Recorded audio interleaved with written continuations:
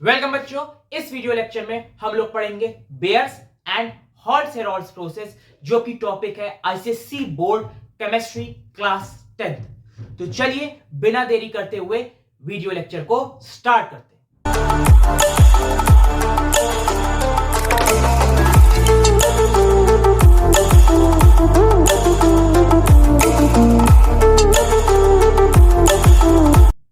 Bears process या हॉल्ट्स-हेरॉल्ड्स process किस लिए इस्तेमाल आता है? एल्यूमिनियम को ऑब्टेन करने के लिए जो हमारे पास प्रोसेस है बेटा, उसको हम लोग कहते हैं Bayer's as well as Hall Heroult's process.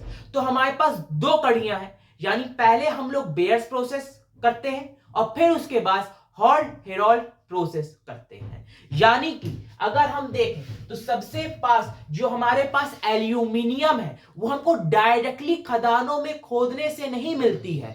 Aluminium क्या है, बहुत ही रिएक्टिव मेटल है, तो वो रिएक्ट करके कॉम्प्लेक्स या कंपाउंड बनाता है, इसलिए वो कभी भी अकेले यानी अकेला एल्यूमिनियम यानी कि फ्री स्टेट में अवेलेबल नहीं होता है। तो जनरली हमारे पास बॉक्साइट, जैसे कि इंडिया में भी हमारे पास कई बहुत सारी, जैसे ओडिशा झारखंड की तरफ हमारे पास बॉक्साइट की फील्ड्स हैं जहां पे हमारे पास एल्यूमिनियम मिलता है, जो कि हमारे पास एल्यूमिनियम किस कंबाइंड फॉर्म में होगा, Al2O3.2H2O, और इसको हम लोग कहते हैं बॉक्साइट। तो जो पहला स्टेप है हमारे पास कि इस बॉक्साइट को हम लोग कन्वर्ट करेंगे किसमें बेटा, Al2O3। केमिकल नाम इसका क्या है, एल्यूमिनियम ऑक्साइड। एल्यूमिनियम ऑक्साइड इसे कहते हैं बेटा, एल्यूमिनियम ऑक्साइड कहते हैं। या फिर इसका दूसरा नाम क्या है, कोरंडम, CORRUNDUM, और एल्यूमिना कहते हैं। तो यानी कि जब हम बॉक्साइट को बेटा किसमें कन्वर्ट करते हैं, एल्यूमिना में कन्वर्ट करते हैं, तो this process is known as Bayer's process, BAYERS, Bayer's process. Keep it mind बच्चा, हेबर्स अलग है, बेयर्स अलग है। Don't confuse with Haber's with Bayer's. Haber's process किस लिए इस्तेमाल किया जाता है, हेबर्स प्रोसेस हमारा अमोनिया में हम लोग पढ़ते हैं, तो Haber's is completely different, Bayer's is completely अलग चीज है, अलग ही, completely different from the Haber's process. तो बेयर्स प्रोसेस क्या करता है, बॉक्साइट को कन्वर्ट करता है एल्यूमिना में, यानी Al2O3 में। अब जब हम लोग Al2O3 का इलेक्ट्रोलिसिस करते हैं, क्या करते हैं, इलेक्ट्रोलाइसिस करते हैं, इलेक्ट्रोलिसिस करते हैं, तो देन वी गेट एल्यूमिनियम या Al। तो हमारे पास दो प्रोसेस है, सबसे पहले बेयर्स प्रोसेस जो कि बॉक्साइट को एल्यूमिना में कन्वर्ट करता है, यानी Al2O3, और उसके बाद Al2O3 which is alumina is converted into aluminium, तो इसको हम लोग एल्यूमिना कहते हैं, which is then converted into aluminium by electrolytic method। ठीक है। एल्यूमिनियम को सबसे पहले रिफाइन किसने किया था मेटल में, ऑरेस्टेड ने रिफाइन किया था, बहुत ही टेक्निकली। और किस ईयर में, 1825 में, 1825 में, 1825 में। अब उसके 60 साल बाद, कितने, 60 इयर्स आफ्टर दैट, यानी कि 1885 बेटा, 1885 में हमारे पास क्या होता है, हॉल्ट-हेरॉल्ड्स हमारे पास ये एल्यूमिनियम का एक इजी मेथड देते हैं एल्यूमिनियम रिफाइनरी का। यानी इसके पहले 1885 के पहले हमारे पास aluminium one of the costliest metal होती थी, मोर कॉस्टलियर देन गोल्ड। और एक और इंटरेस्टिंग फैक्ट है कि एल्यूमिनियम क्या है, most abundant metal on earth. तो एल्यूमिनियम हमारे पास क्या है, मोस्ट अबंडेंट, एल्यूमिनियम क्या है बेटा, is the most abundant metal, is the most abundant metal, abundant metal. तो जो चीज पहले गोल्ड से भी ज्यादा क्या थी, महंगी थी, एक्सपेंसिव थी, कॉस्टलियर थी, नाउ आफ्टर, देखिए बेटा केमिस्ट्री का, ये देखिए केमिस्ट्री का क्या कहेंगे इसको, उपयोग देखिए, या कहना चाहिए इसकी पॉजिटिविटी देखिए, यानी केमिस्ट्री कितनी डे टू डे लाइफ हमारे पास इंपॉर्टेंट है। जो चीज हमारे पास गोल्ड से भी ज्यादा कॉस्टलियर थी, अब वो one of the cheapest metal में हमारे पास कैटेगरी में आ गई, यानी कि aluminium one of the cheapest metal में काउंट होता है। ठीक है, तो अब हमें सबसे पहले बेटा क्या पढ़ना है, bauxite to aluminium, bauxite to aluminium which is nothing but क्या बेटा, बेयर्स प्रोसेस। नोट कर लीजिए, चलिए नोट कर लिया तो मैं इसको रब किए देता हूं। तो हम लोग को बेटा क्या पढ़ना है, बेयर्स प्रोसेस पढ़ना है। और बेयर्स प्रोसेस हमारे पास क्या है, 3 स्टेप में होता है। अगर आप लिख लेंगे तो आपका काम हो जाएगा। Bears process is nothing but a 3 step process. तो यहां पे लिखते हैं बेयर्स प्रोसेस, बेयर्स प्रोसेस क्या है बेटा, 3 स्टेप प्रोसेस है, 3 स्टेप प्रोसेस है। यानी कि सबसे पहले बॉक्साइट को तो हमें किस में कन्वर्ट करना है, एल्यूमिना में कन्वर्ट करना है, Al2O3 में। तो यानी फर्स्ट स्टेप में हम लोग क्या ऐड करेंगे, फर्स्ट स्टेप में हम लोग ऐड करेंगे क्या, NaOH, क्या करेंगे, NaOH। सेकेंड स्टेप में क्या ऐड करेंगे, जल यानी वाटर, HOH। और थर्ड स्टेप में क्या करना है सर, हीट करना है, हीट यानी डेल, कितने टेंपरेचर पे, 1000 डिग्री सेल्सियस।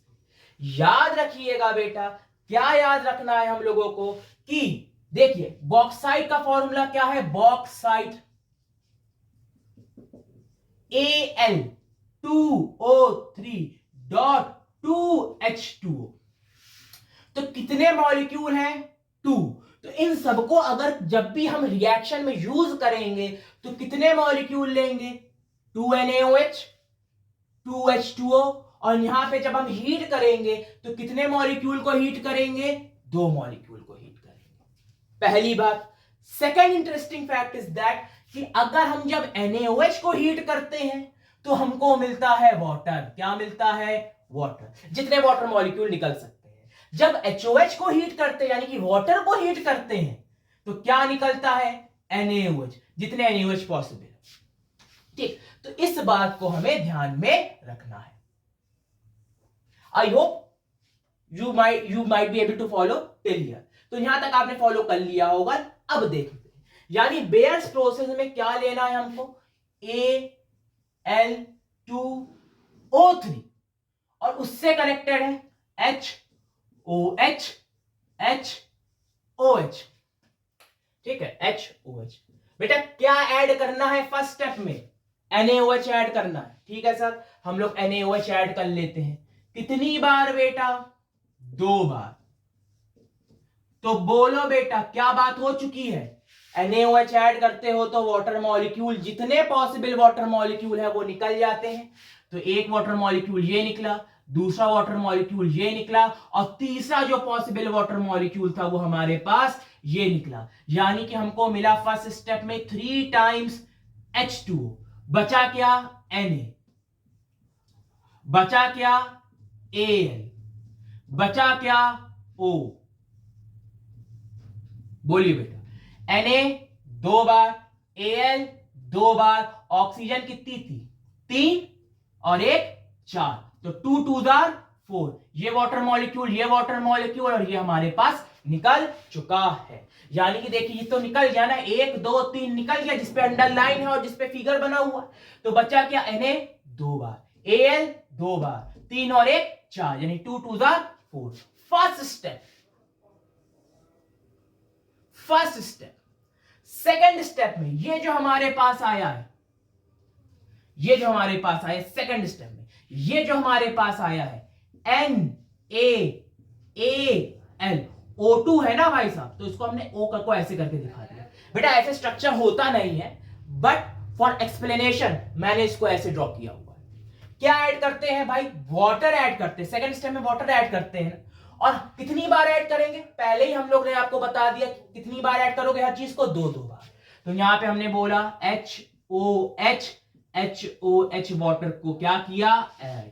बात क्या हुई थी, NaOH डालते हैं तो वाटर निकलता है, और वाटर डालते हैं तो NaOH निकलता है। जितने पॉसिबल वाटर हो सकते हैं उसको निकाल लो, जितने पॉसिबल NaOH है उसको निकाल लो। तो यहां पे बेटा कितने Na है, एक ही Na है, तो यह ले दे के थक हार कर कितने निकाल सकता है, एक ही निकाल सकता है। तो NaOH निकल आया। जब NaOH निकल आया तो जैसे यहाँ पे 3H2O निकल आया, जो बचा था कंबाइन करके लिख लिया। तो यहां पे भी जो बचा होगा उसको कंबाइन करके लिख लेंगे। ये है एल्युमिनियम, एल्युमिनियम एक OH, ये क्या हो जाएगा दूसरा OH, और ये क्या हो जाएगा तीसरा OH, ये क्या हो जाएगा तीसरा OH। अगर कंफ्यूजन हो रहा हो तो इसको कुछ इस तरह से, हाँ ठीक है, ये क्या हो जाएगा तीसरा OH। ठीक, मेटल को पहले लिखते हैं, कैटायन पहले लिखते हैं, एनायन बाद में लिखते हैं। तो क्या हो गया हमारे पास AlOH3। कोई दिक्कत। थर्ड स्टेप में क्या सर करना था, थर्ड स्टेप में करना है जो हमारे पास आया है उसके दो मॉलिक्यूल को 1000 डिग्री सेल्सियस पे हीट करना है। तो AlOH3 के कितने मॉलिक्यूल बेटा, दो मॉलिक्यूल। तो देख लो कैसे हीट करेंगे। यहां पे मैंने लिखा थर्ड स्टेप है ना, ये थर्ड स्टेप है, यहां पे माता AlOH3 एक्सपैंड करके लिख दिया मैंने पहला मॉलिक्यूल। फिर क्या है हमारे पास, दूसरा मॉलिक्यूल होगा AlOH।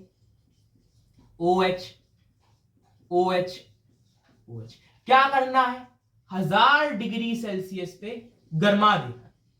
अब गर्म करेंगे तो बॉन्ड टूटेंगे, और बॉन्ड टूटेंगे तो यहां पे क्या है H और OH है, तो ये क्या करेंगे वाटर मॉलिक्यूल निकाल लेंगे। हीट करोगे तो जनरली क्या होता है वाटर वेपर्स निकलते हैं। तो ये क्या निकला H2O यानी HOH। यहां क्या निकला हमारे पास H2O HOH, और एक और निकलेगा, ये हमारे पास क्या निकला ऐसे। यानी कि हमारे पास जो HOH है वो असलियत में होता क्या है बेटा, H2O होता है कि नहीं होता है। तो क्या निकला H2O H2O H2O। कितनी बार बेटा निकला, 3 टाइम्स वाटर निकल गया।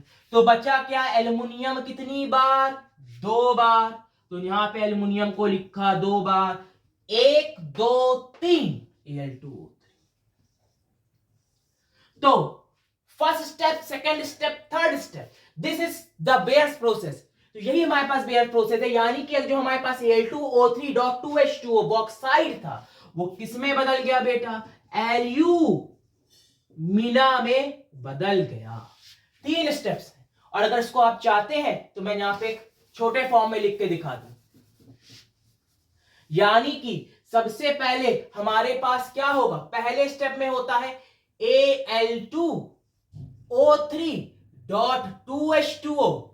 पहले स्टेप में क्या ऐड करते हैं, NaOH ऐड करते हैं। तो जब NaOH ऐड करते हैं तो ये H2O निकला, यहां से हमारे पास क्या होगा, यहां पे भी बेटा 2 टाइम्स होगा, बात हो चुकी थी।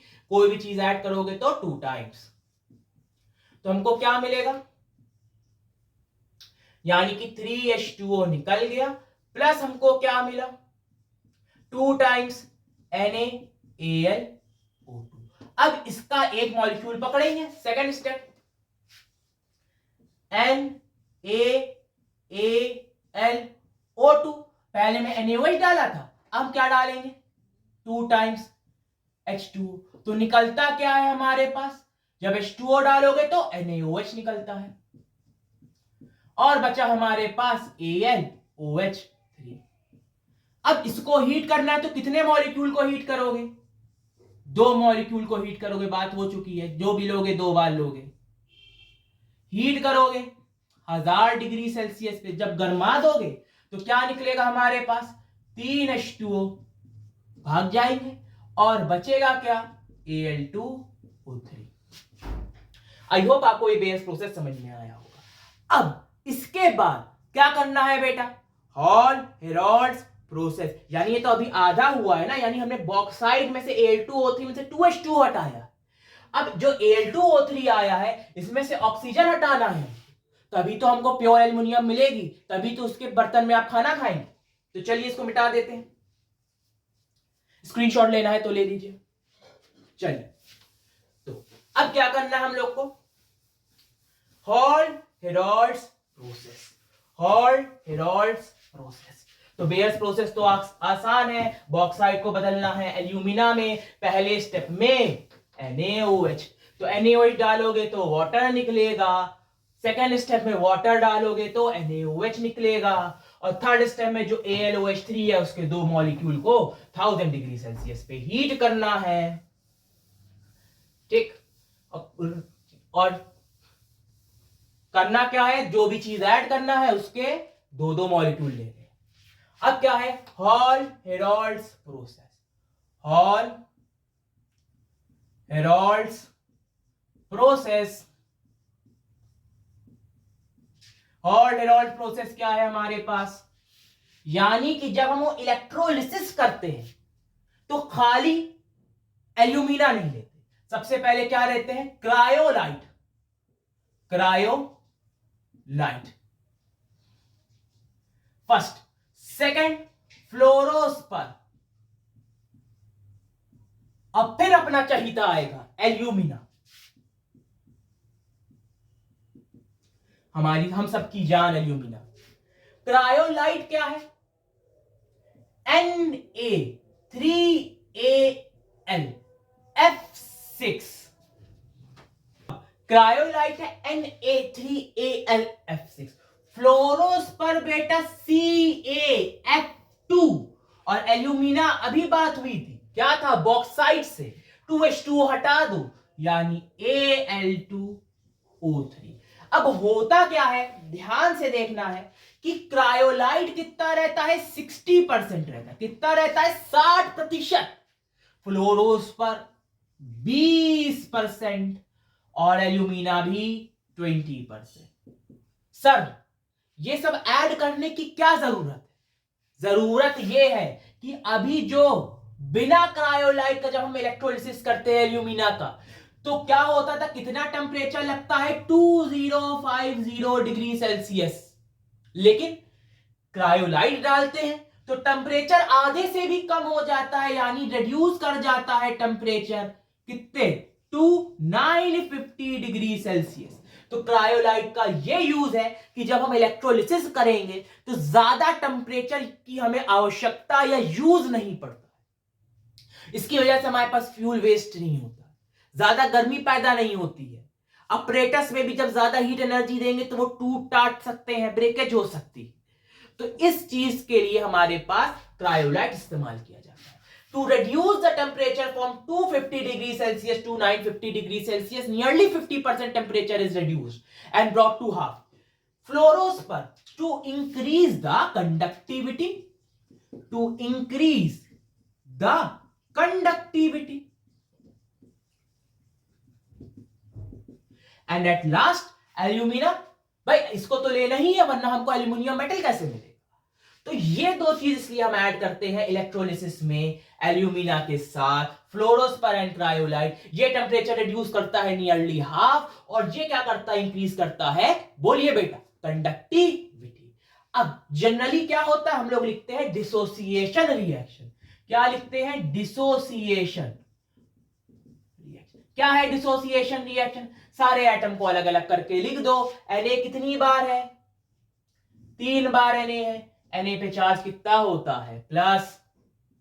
एल्युमिनियम कितनी बार है, 1 बार, तो 1Al लिखो या खाली Al लिखो। एल्युमिनियम पे चार्ज कितना होता है, 3 प्लस।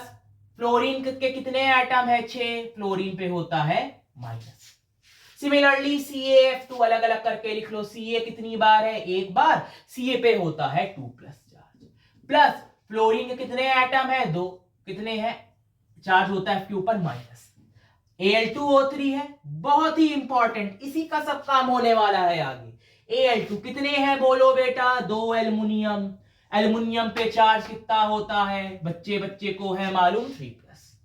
कितने ऑक्सीजन, 3 ऑक्सीजन, और ऑक्सीजन पे कितना चार्ज होता है, O2 माइनस। अब इसको देखना है हमको, ये जो चीज है इसको देखना है। एक प्रजाति है कटायन की और एक प्रजाति है अनायन की, तो 2 स्पीशीज है हमारे पास, कैटायन एनायन। तो अब कंफ्यूजन होता है आप में से कईयों को कि सर कौन सा कैटायन है, कौन सा एनायन है, कंफ्यूज हो जाते हैं। तो क्या करना है, कैट आयन और एन आयन, इतना याद रखो भाई, टी बनाता है प्लस का साइन। क्या बनाता है, प्लस का साइन, यानी कि पॉजिटिव। तो कटायन हमारे पास आया एन, और उसका जो विपरीत है, अपोजिट है, वो क्या हो जाएगा, निगेटिव यानी एनायन। टी प्लस का सिंबल, प्लस यानी पॉजिटिव, यानी कैटायन क्या है, पॉजिटिव चार्ज। तो अब करना क्या है, चाहिए तो मैं ऊपर मिटा दूं तो ज्यादा आसानी से काम होगा। इतना लिख लिया होगा आप लोगों ने, ठीक, मिटा देते।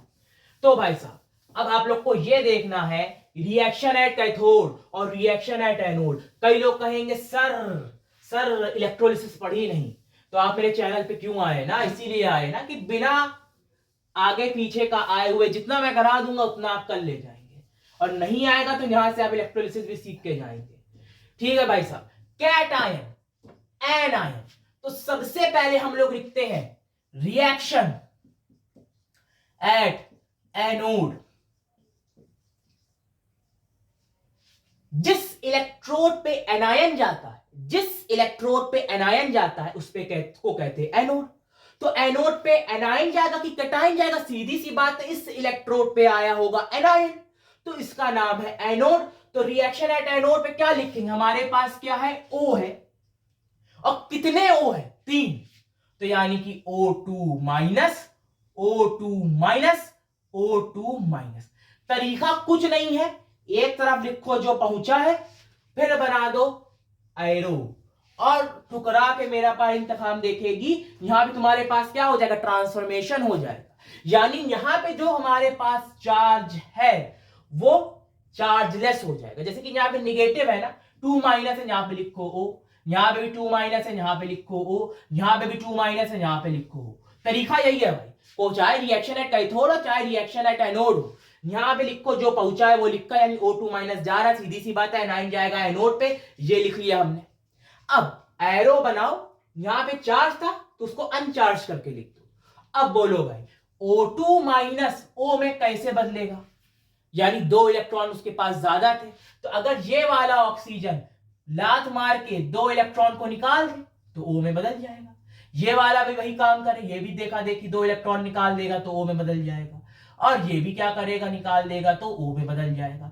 तो नेट रिएक्शन क्या है, कितने थे हमारे पास, 3, क्या चीज, O2 minus 2 2 4 2 6 minus 6 electron, 6 electron क्या करेंगे, हमको 3 O देंगे। क्या देंगे, 3 O देंगे, यानी कि अलग अलग 3 O देंगे। दूसरा मॉलिक्यूल आएगा, उससे भी 3 O मिलेंगे, तीनों हमको क्या दे देंगे, 3O2 दे देंगे। नई बात समझ में आ रही, फिर से ये पहली बार हो गया ना, पहले मॉलिक्यूल से दूसरे मॉलिक्यूल के साथ भी यही रिएक्शन होगी। तो यहां पे लिख लेते हैं O2 minus minus 2 electron, O2 minus minus 2 electron, और O2 माइनस माइनस 2 इलेक्ट्रॉन, हमको क्या मिलेगा, O O O।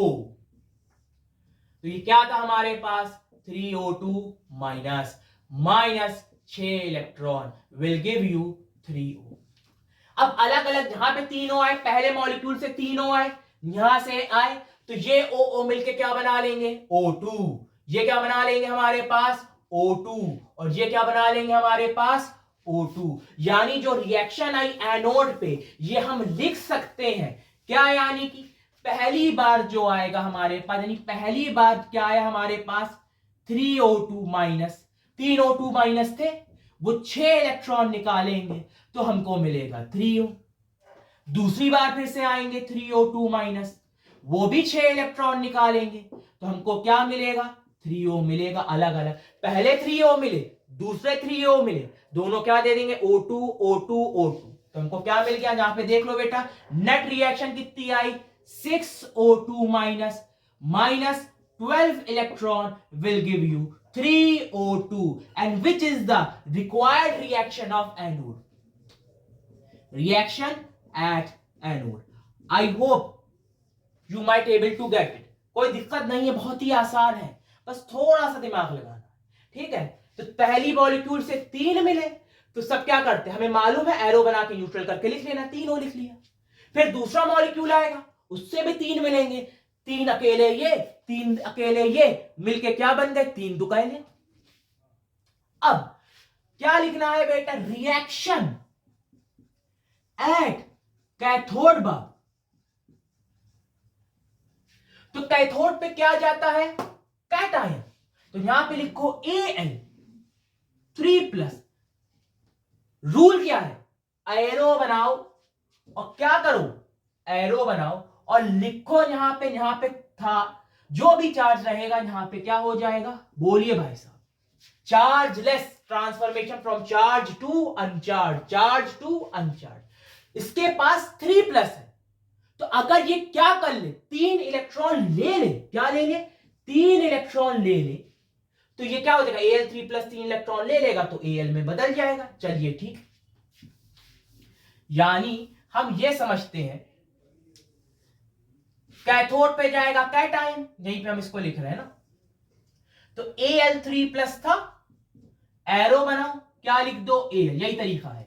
Al3+ Al में कैसे बनेगा? 3 पॉजिटिव चार्ज है, इसको दे दो 3 नेगेटिव चार्ज, तो ये क्या हो गया? Al में बदल गया।